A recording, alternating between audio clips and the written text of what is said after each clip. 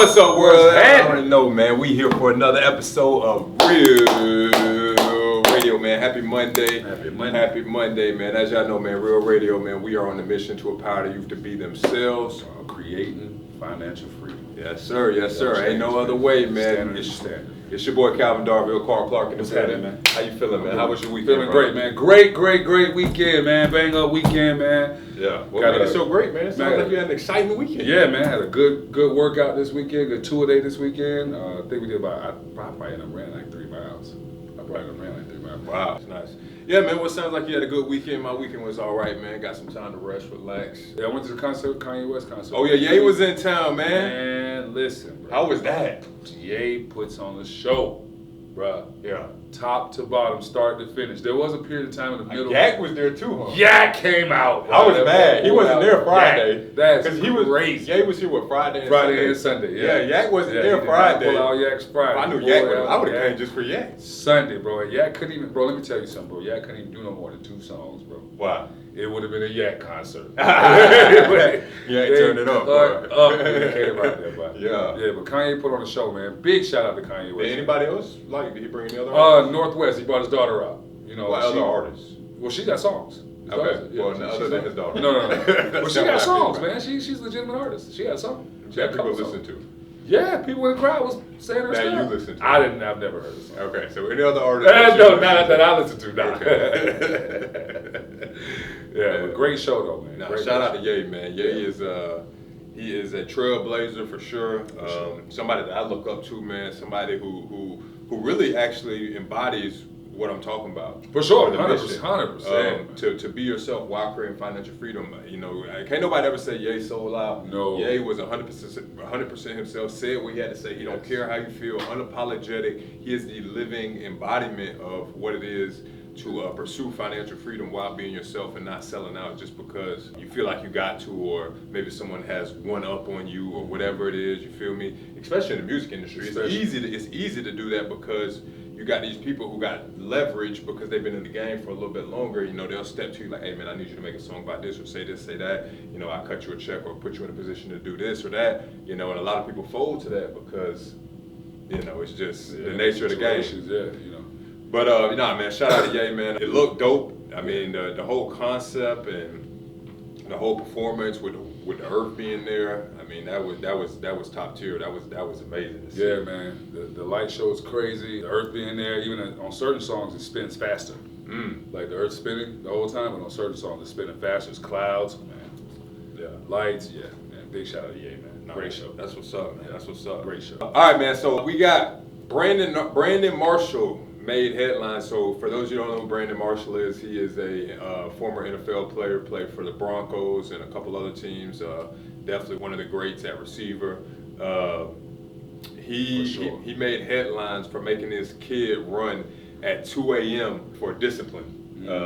For I guess the kid did something, got in trouble or something. So the disciplinary actions that Brandon Marshall decided to take as his father was to make him run at 2 in the morning. I think he had him run about 3 miles, and Brandon Marshall was trailing him in his car, watching him run. You know, yelling and screaming at him, making him run and everything. And the internet had a lot of backlash on that. So, Carl, what's your take on that? I mean, we talked about it a little bit. I think the moment is going to stick with that young man for some years, and I think it's good that men are out here challenging young men to grow to be men. Well, that's first of all, it's his son. Yeah. You know, so who else would do it? Right. You know. I mean, it's not enough of us out here doing stuff like that. I mean, yeah, that's a fact. And it's you know, for there to be backlash on that, it's like, man, at what point? What was the issue? What were they saying? That he should have been running with them, that he shouldn't have been recording, blah blah blah, all this other stuff. First of all, one, it's his son. Two, it's like, okay, at what point can we discipline? At what point can a father discipline his child?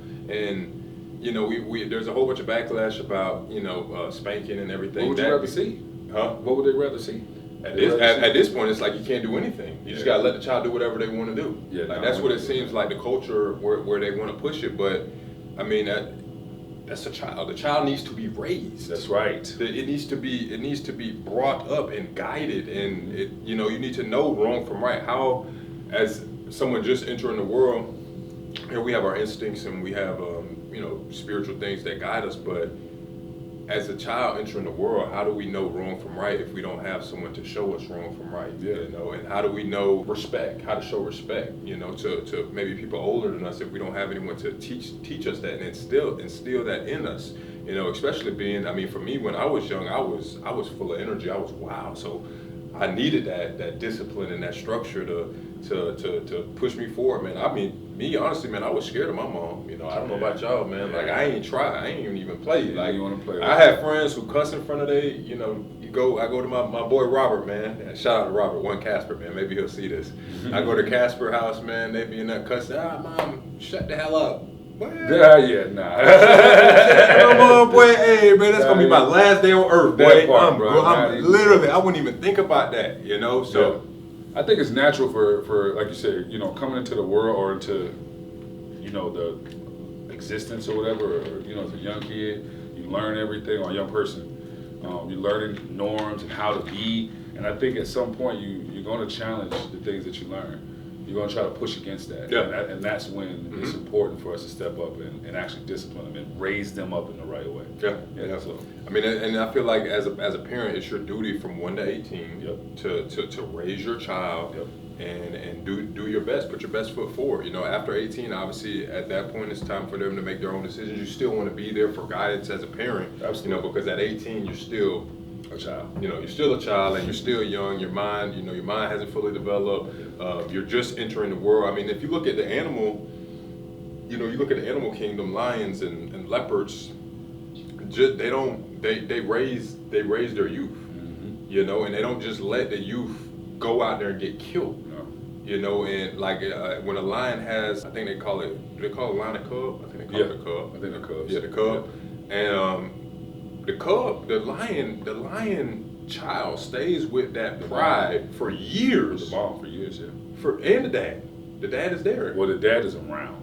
Yeah, he's doing his part. The dad is there. The pride is, they all have, see the thing about the animal, we can learn a lot from the animal kingdom. A lion pride is made up of usually the woman and the sister, sisters and the kids, and then there's probably 1, 2, or maybe 3 males around. Right. And the males are in and out, but when they leave, they're not leaving to go, they're coming back, they're just leaving to protect the territory. Yeah. So like a lion pride will have an established territory. So like if this was, like let's say this whole building was our territory, and we had people who needed to guard the territory, they would leave at certain times to go and protect the territory from intruders, but they would still come back. So they were just doing their role because someone has to protect the territory, because you got boundaries you got to protect, man. You got boundaries, and then what happens is other male lions who don't have a pride will come in and they kill the kids. Yep. They will come kill all the kids and then take the woman and make their own pride and establish their own pride. So we can learn a lot from the animal kingdom, but the father obviously has to be there to show the child right from wrong. So in my opinion, what Brandon Marshall did was great. I think it was an example of how to discipline a child correctly, how to be hard, because it takes tough love. We can't always just be soft, sometimes, because the world's not going to be soft on us.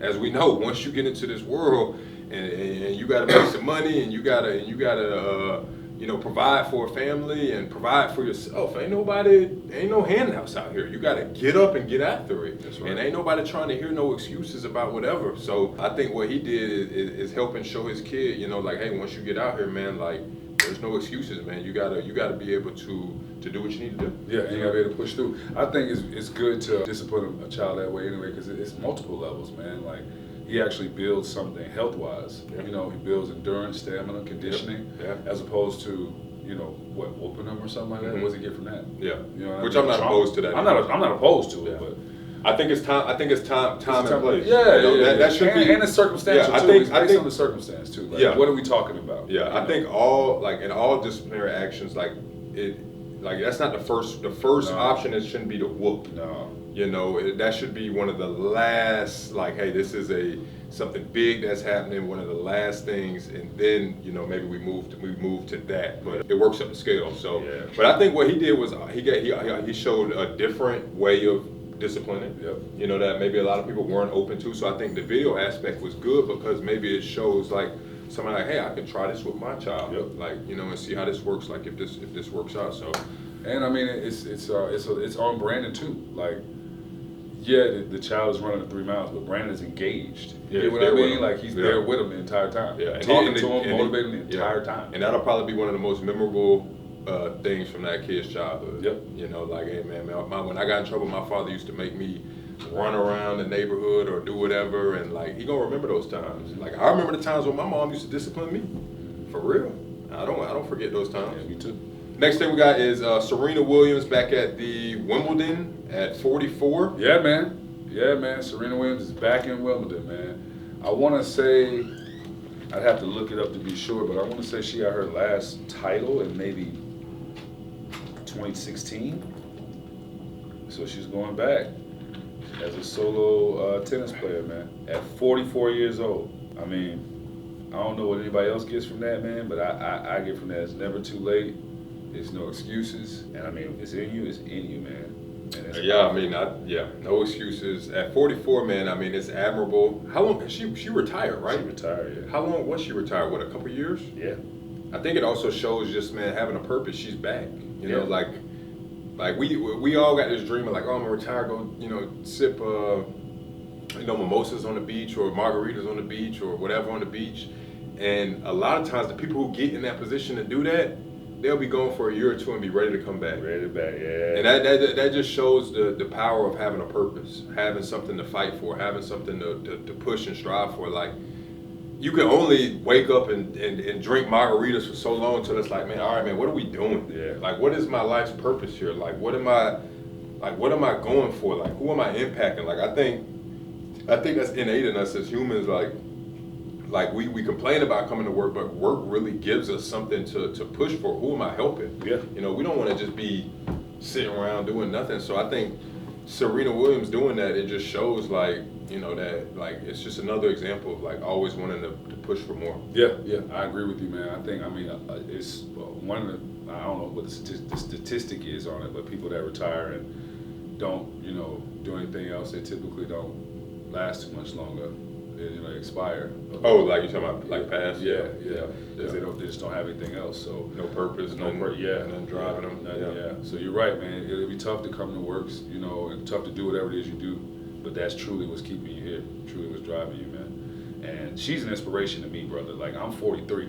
You know what I mean? And I'm looking at this 44-year-old woman, and she's about to go compete at a against teenagers at the highest level. Yeah, highest level. The highest level, man. Yeah. So I mean, there's no excuses, man. That's so true, man. There's no excuses. There's man. none at all, man. There's no excuses, man. You know, and it's just the environment, man. You got to be in that right environment, man. I think back around college time for me. This was like right around the time I graduated, and I was still in Tallahassee, and you know, I from like 18 to I'm still a gym addict, but I started really developing that gym addict mindset around that time frame from like 18 to 22.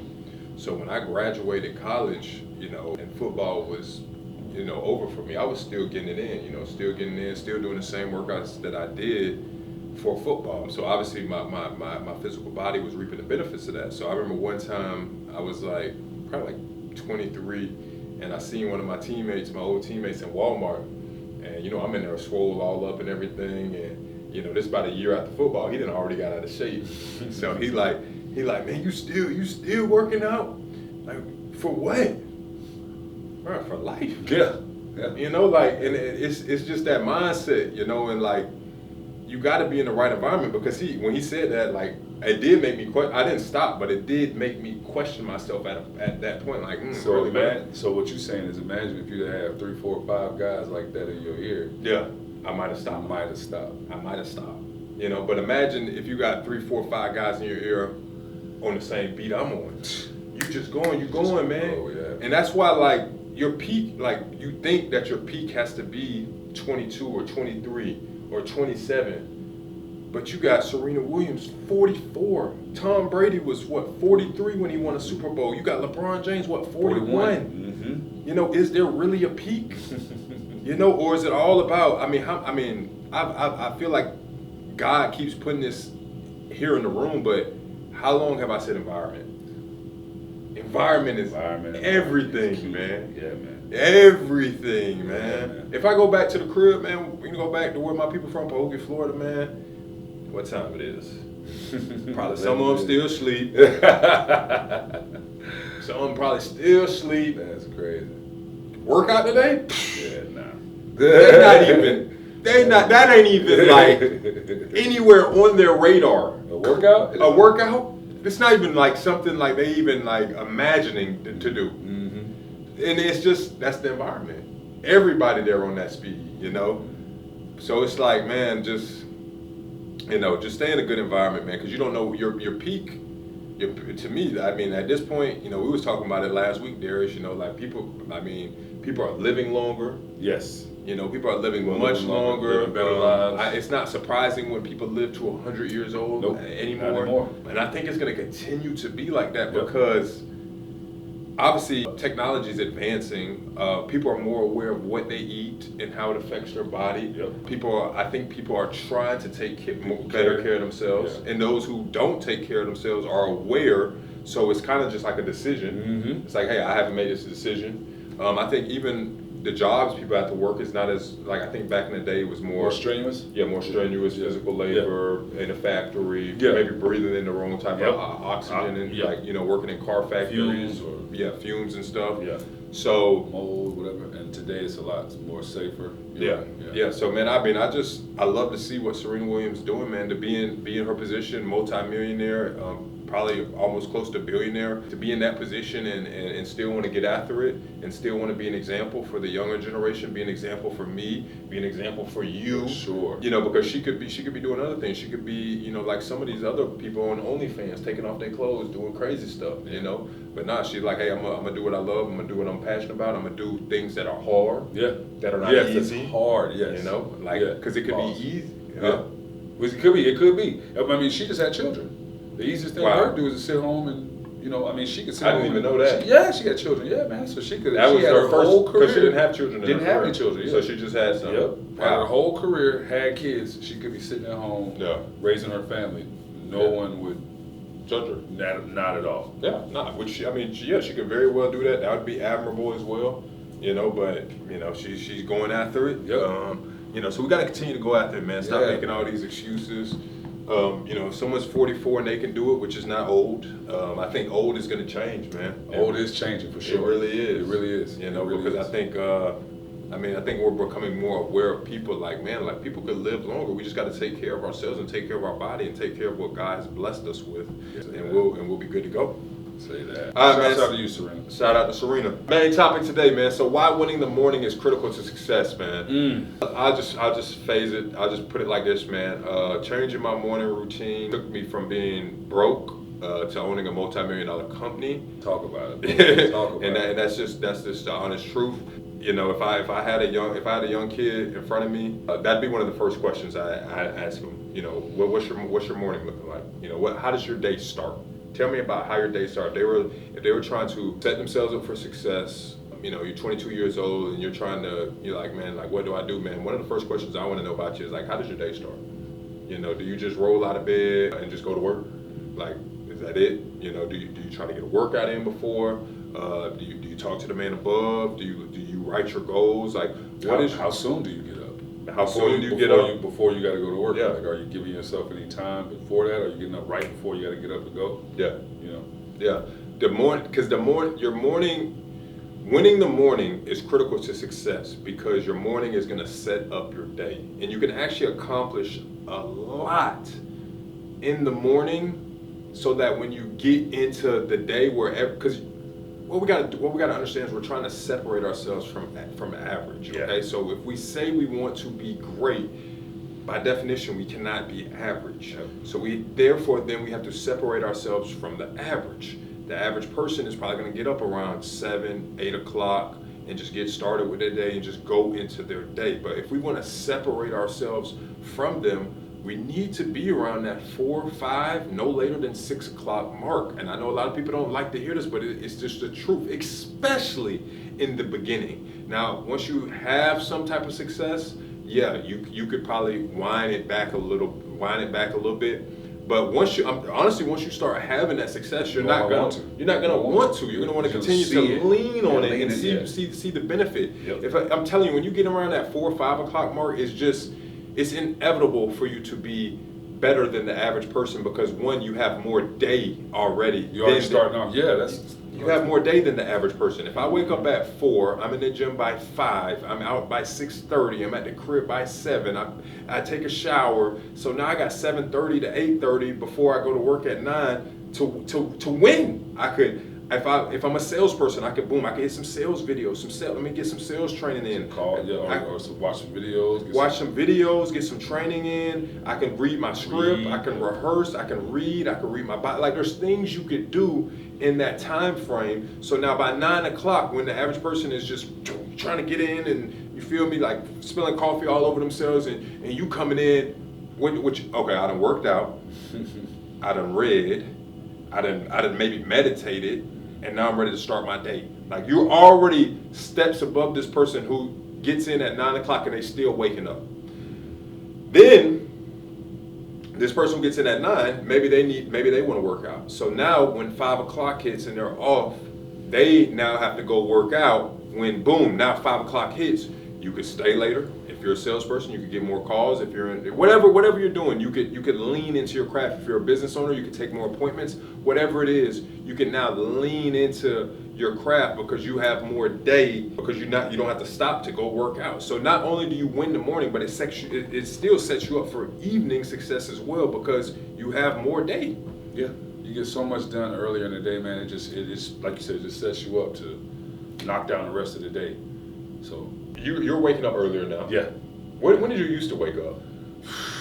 like used to win, like before you started working here. Oh my God, probably 10 in the morning. Yeah, like you said, no concept of working out or anything like that. It was just probably like when I felt like it's been so long. Yeah, I've been in bed long enough. You know what I mean? Yeah. Then I got up, but still, like you said, wanted to had things I wanted to do. I wanted to work out. I wanted to get in shape, but it's very challenging to do when you leave yourself a small amount of the day. You know what I mean? By getting up super late. Yeah. You just don't have the hours in the day. So, I mean, that's what I've learned, man, is by getting up early. Is you have way more time. You get way more done. Your mind's already going. You're already primed. You're already good to go. You're already up for the day. You don't have to wake up. If that makes sense, like you saying. Yeah, man. Then you feel more accomplished, man. At the end of the day, you feel way more accomplished. And then you actually earn being tired at night. You know what I mean? When you get home and you get all that done and you're sleepy, you're like, okay, feel good. You feel good. Yeah, like I did a lot today. You know what I mean? And that's just the day. You'll get going for the next day. So you go ahead and get down and start. What are some things was it hard getting up early at first, or like how was it? Well, the hardest thing wasn't really getting up. It was going to bed at night. That was the hardest thing, was going to bed at night. Because you want to sit up and scroll, or watch TV or do whatever the average person does, right? Because, I mean, and not to, crap on anybody, because I did it myself. I still. Yeah, I mean, you just got to make a decision. Yeah. If you want to be average, then be average. Yeah, that's fine. But if you want to be great, then you understand by definition you then cannot be average. Yeah. Yeah. So if I'm doing what everybody else does, by definition, I'm going to be average. I'm going to be average. Yep. So. Yep. What would you say helped you get in, like? Getting in earlier? I mean, I feel like you're good. You're a good example, because you're like, you're in this pivot with your life, like, like what, like. I would say, like you said, it's the decision, man, like, because I was still, I mean, I was still, hanging out, you know what I mean? So I still hang out Saturday night, Friday night, but I found it, like, I was not going to the gym the next morning. Yeah. Like, it did not ever happen. And I started looking at it like, all right, one of these is going to happen. I mean, you got to make a decision. Like, if I'm going to go out, then I'm not going to be working out. Then, which means, not only am I not working out, I'm not concerned about my health. You know what I mean? Like, so whatever comes as a result of that that's just the nature of it. And I'm older. You know what I mean? So it's like, you kind of got to start thinking, like, where you want to put more of your eggs, in which basket. Yeah. So I was like, I'd rather put it more in the health basket. When I was 33 years old, bro, I did not think about being 43 at all. Didn't even think about it. Wow. All I think about now is 53, 63, 73. That's all I think about right now. That's good. Yeah. That's good, because I think we all have that, like, and I think the quicker you can the quicker you can realize that you will get because you're gonna get there. Yeah, When I was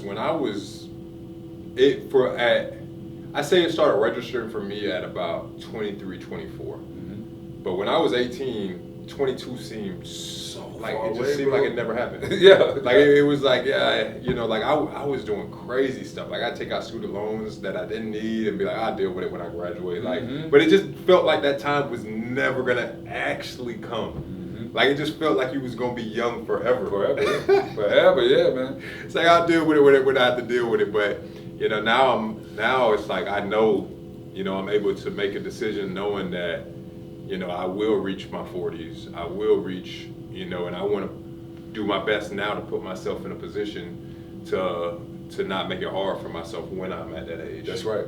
That's right, man. Because it's coming, man. So I mean, that's what I would say to the young Carl if I had him in front of me. Like, bro, it's coming.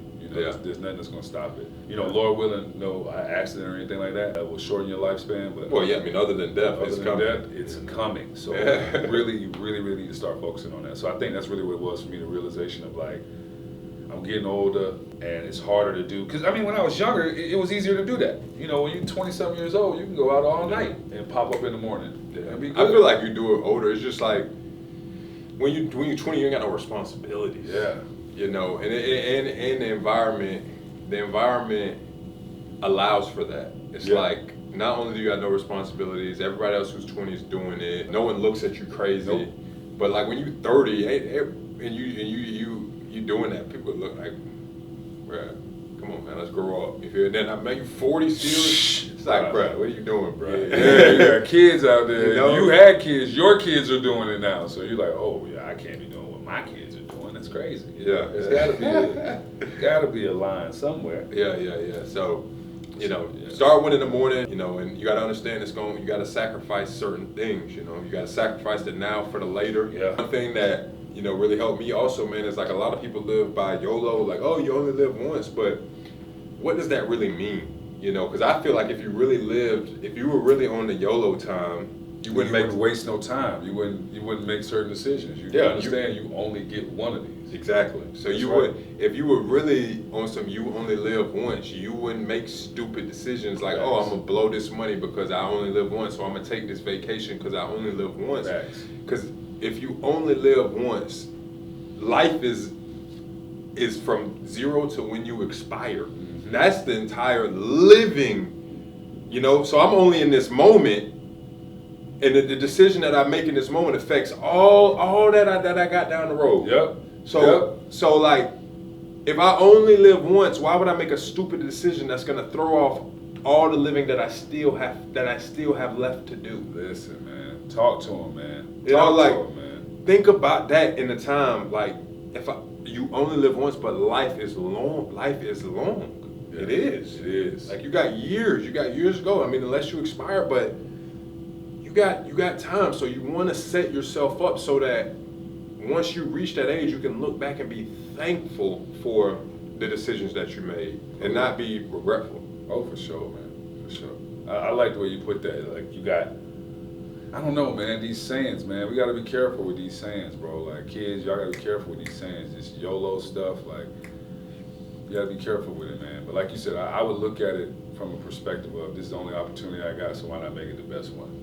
So why not do the absolute best I can with it? Yeah. And you get to a certain point where, all of it builds on itself. You look the way you look now because the decisions you made at 25, 26, 27. You know what I mean? All that stuff builds on itself. So when you get to a certain point, you want to put yourself in the best position you possibly can. You don't want to be struggling.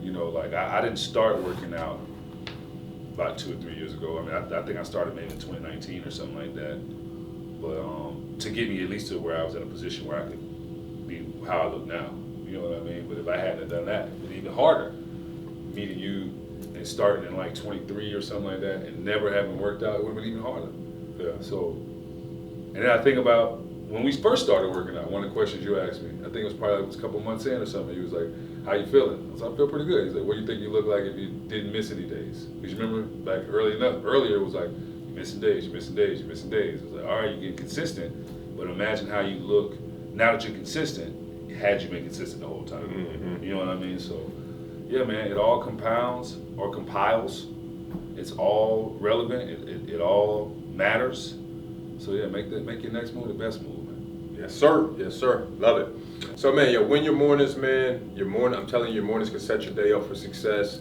If you do it for a long enough period of time, set your life up for success. And, for those of you who's like, oh man, it's so hard to wake up in the morning, I say tackle it bit by bit. That it was hard for me. I wasn't like this, like in college, they'd give us the option. So like during the summer, they'd be like, all right, they give you time slots, like for when you do your summer workouts, they'd be like, all right, we got a 6 a.m. group, we got a 7 a.m. group, we got a 10 a.m. group, we got a 12 in the afternoon, we got a 2 o'clock, we got a 4 o'clock. Which one do you want to come to? I was a dude, never choose the morning, never, never. I'm like, bro, you telling me I can choose? And there's afternoons? So I'm here for that 12 boy, yeah, boy. or that 2 boy. Yeah. You feel me? Yeah. Like I am not trying to wake up at no 7 or none of that. I ain't. So I wasn't. This isn't something that I like. I was just a morning person or whatever. Mm-hmm. So I had to grow into it. So I'd say a couple things that helped was first, tackling bit by bit. So going from maybe waking up at 10 to then waking up at 9, and then from 9 to 8, and then from 8 to 7, and then to 6. So slowly, like not just going. I'm gonna be 10 o'clock, jump all the way to 6 or 5 in the morning. You know, so slowly working my way into it. I'd say the next thing is putting affirmations or goals around the crib that inspired you. I remember when I was a notary early on. This guy, he made $20,000 in 1 month as a notary, and he posted his revenue in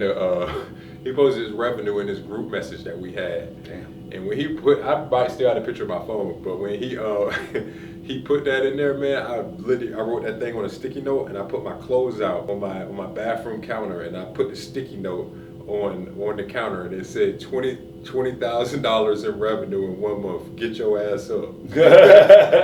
And I put that on the clothes. So when I woke up and I was tired, I'm like, man, I want to go back to bed. I saw that sticky note. I'm like, I'll stay up. Yeah, man, for real. Yeah, so, man, take it slow with waking up early, and then have some affirmations and some goals around the crib that can help. And then lastly, what we always say, man, get in an environment that supports it, man. Yeah, if man. your dog's getting up early, you'll probably be more inclined to get up early too. That's probably the best thing. That's probably the bigger thing for me, man, was the environment. I'd say prepare yourself at night for the next day. It's easier to get up and do it. Like you just pointed out, you put your clothes already out. So if you already got your gym stuff already out, ready, easily accessible in the morning, you don't make that excuse in the morning like, oh, I can't find shorts, or, you know what, I can't, there's no shoes, or, I'm just gonna go back to bed. Go ahead and prepare that stuff ahead of time, so when you get up in the morning, it's already done. And then the biggest thing for me, the biggest impact for me was in the environment. It was the people around me. It was people holding me accountable. It was people asking, hey, you work out this morning? And you don't want to lie. You know what I'm saying? You don't want to lie. And then you get tired of telling people, nah, because then you realize at some point people are going to stop asking. You know what I mean? Like they're going to be like, well, you ain't serious about it, so I'm going to keep asking you about it. Yeah. So take yourself serious. Get around a group of people that take themselves serious. Hold everybody accountable. Prepare yourself. Daily affirmations. Set yourself up, or even mental wins, like small little wins. Like a win for me would be like, am I going to get up without snoozing? That'd be a win for me. Can I get up without snoozing? If I can get up without snoozing, I won. I won. You know what I mean? So little wins, all that help, man. And then eventually, like you said, you keep doing it, it just becomes habit. And you can't wake up or you can't sleep past that time anymore. Yeah, and then I'll say one more thing also that you got to understand when waking up early in the morning, and what you were saying about being able to go to sleep. There's going to be in the beginning, if your sleep cycle is off, in the beginning, it will be tough for you to go to sleep. So you may have to. Go ahead. You're just gonna have to be. You may have to be a little bit tired. Yeah, you have to stay up. Yeah, you got to kind of go through it. But what's gonna happen is when you start, like he said, when you start winning that day, you're gonna be tired. When you really have a day, when you wake up at 4 or 5 in the morning and you work out, and then you go to work and you fucking grind, and then after work you do a couple more things, and then by the time you hit the bed, you exhausted. You're not even trying to scroll. Like, no, you're not, you don't care about none of that. Right. And you just go to bed naturally. So sometimes we got to check ourselves and like, hey, am I actually doing enough things in the day to make myself tired at night? is that, am I staying up because I'm not doing shit during the day? Like I'm just on autopilot, and then when I get off, I'm on autopilot again, and then by the time I'm in bed, I'm full of energy. You know, so we gotta like evaluate our day to see if we're actually grinding hard enough so that when it's time to get rest, we're actually tired enough to get the damn rest. That's a great point, man. Yeah, so I had to learn that because for me, like, it was like I'd get around like 9 or 10 o'clock and I was like done. Like, I was fried. I'm like, man, nah, like I cannot stay up. I'm physically incapable of staying up. Like I'm tired as shit. But those would be days like I really got after it. Yeah, I noticed that, bro. It's just like you said, there'd be days where I get there and I'm like, man, I got energy for days. It's like an autopilot day. You know what I mean? But then there's days I get there and I'm home and I'm like, bro, I can't do anything like this. Yeah. I'm done. And those are days where I literally went hard the whole day. So Yeah. that's a good point. Yeah, man. Use your energy, man. I would challenge y'all to try to embrace that mindset of like I wake like it's like a iPhone. I wake up on 100%. Try to use all of it. Like what are we saving? Try to go from 100 literally to 1 fucking percent. And then when you go to bed, you charge back up. Yep. Like try to embrace your day. Like man, like I got this day. It's a blessing I got this day. And let me attack it. Let me use all the energy I got during the day so that when it's time to go to damn bed, I'm ready to go to bed. It's a great question to ask yourself, man. Did I do it all? Did I do all I could have did today? Did I do all I could have did today? And if you didn't, I mean, Lord willing, you get an opportunity to try it again tomorrow. You don't push it and leave it all on the floor, man. Leave it all out on the field, as they say. Leave it all on the court. Yep. Leave it all on the court. Yes, sir. Hot take. Oh, let's see what we got.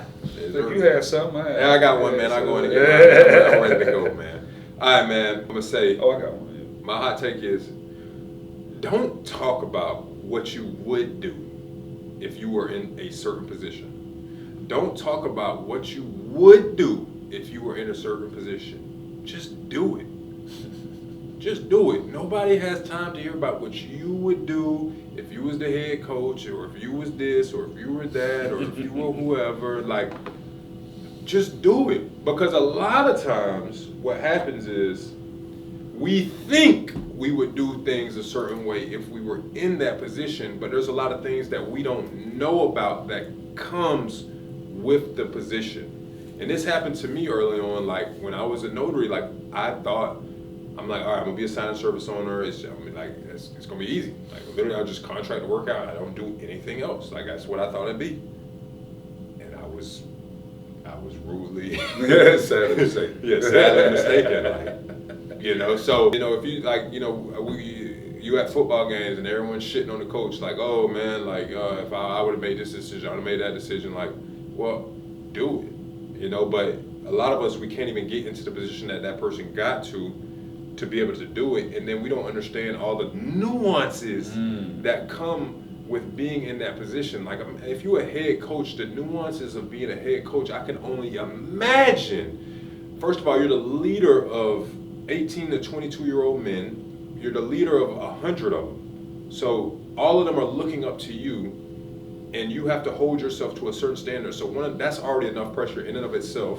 The pressure of the media scrutinizing you.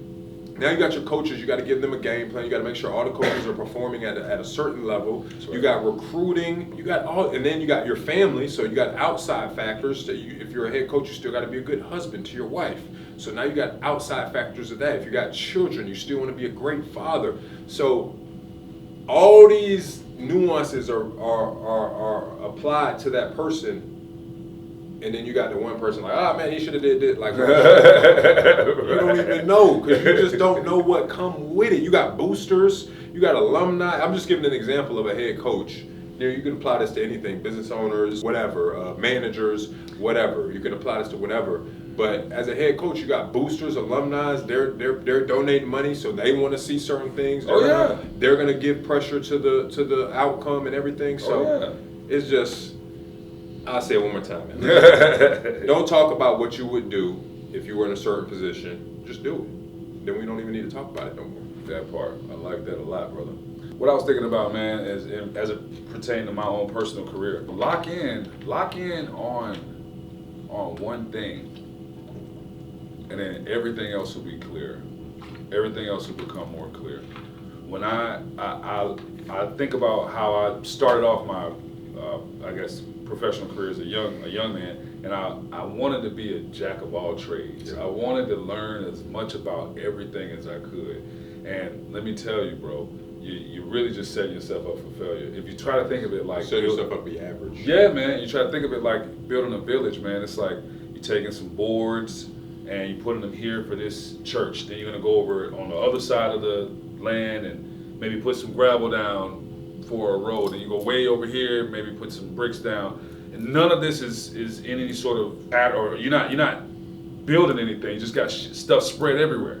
And it's gonna take you forever to be able to put a village together. Whereas if you start building on this house, you build this one house, then you can see where the next house will go. Then you start to see how the neighborhood's gonna look. Then you can build that. Right, what you're on. saying, bro, is powerful. You see what I'm saying? Like that is actually one of the most powerful things a human being can do in life. Is bro. locking in on one thing, bro. One thing. One thing, and everything else. Like will if you make didn't sense. take anything from this episode, take that shit. That's one of the most powerful things to change your income. Yes. To change your income. Yes. And your way of life. Stop trying to do everything. Stop trying to do everything, and stop trying to be a jack of all trades. Because Yes. a jack of all you're gonna do is end up as a average ass person. Facts. Be a master at what your position is. Yep. Darius does not need to try to be an assistant or try to be a salesman No. or try to be a scheduler. No. He needs to lock in on one thing, being the best videographer that he could possibly be. All you need to lock in on is being the best salesperson that you can possibly be. That's it. And that's when the money will follow, because there's going to be demand for that. You know, like if you even look at your example, like if I'm building a structure and I need pavers, and depending on who's building the structure, if they're building them, if it's like someone like Trump, he's probably gonna want the best. Yeah. So he's gonna want the best paver. Yeah. Not the paver that can do the drywall as well, hang the art. No, he wants the best paver. And right. and when we talk about best is a demand. Mm-hmm. So if you're in demand, then you can charge that. You could charge premium. So I mean, I take that, man. That's that right there. It's simple, but it can go over somebody's head. And we have to challenge. You know, another thing that I've learned as I've gotten older is a lot of these old sayings that we grew up with, man. Please, we bro, have say to this. We have to challenge these sayings. We got to man. challenge these sayings, man. Yeah, the jack of all trades, master of none is an average person. Facts. You want to be a master at one skill. Yep. One skill, and once you master it, yeah, maybe you can move into something else. But truly master it, man. What was the thing about the kicks? It was like I feared a man who, I don't remember what it was. It was something about fearing a person who practiced a kick one kick. One kick. I fear the man who's practiced one kick 1,000 times as the man who's practiced 1,000 kicks, Yeah. 1,000 different kicks or something. Yeah, like that. if you got that one kick you practiced 1,000 times, man, That all you guy's- gotta do is time it, man. That And guy's you know you're trouble. gonna clean a bit. That For real. guy's trouble. You hear me? You know, so. Yeah, man. Focus on the one thing, man. Like you said, my sales career, or I locked in on sales, and then everything else starts to make more sense. Everything else starts to make more sense. But the moment you're trying to say, well, I want to be a salesman, or I want to be in service, or I kind of want to do videography, or I want to write a book. Well, you're spreading yourself way, way, way too thin. And the end result of that, like Calvin said, the best way to say it is an average ass motherfucker. You know a little bit about everything. Yeah. And how does that make you any different than an average person? As opposed to you're the absolute best videographer. You know everything about audio, video, lighting, angles. Now you created value. Now, like you said, you created demand. Now you created an opportunity to make yourself the best. Mm-hmm. So. Yes, sir. Yeah, man. Yes, sir. Any kids out there, man, find something, pick some, even if you don't know. If I'm talking to myself, you don't know, I don't know. We talk about it. I grew up without my father. I didn't have any sort of. My mom was the only child, so I didn't have any uncles or anything that was like, guiding me in any direction. Just pick one, man. Just pick one. Yeah. I'd pick a direction that makes money. Yeah. Well, yeah, I'll give you one. Find somebody that's doing something you want to do. Find somebody that's doing something you want to do and emulate them. Somebody's living the life that you want to live and emulate that person. You know, do that thing that they're doing. That's what I do, man. Pick that one thing and then watch how far you get. Yes, sir. All right, man. We'll tap back in with y'all next Monday, man. We out. That's it. Yes, sir.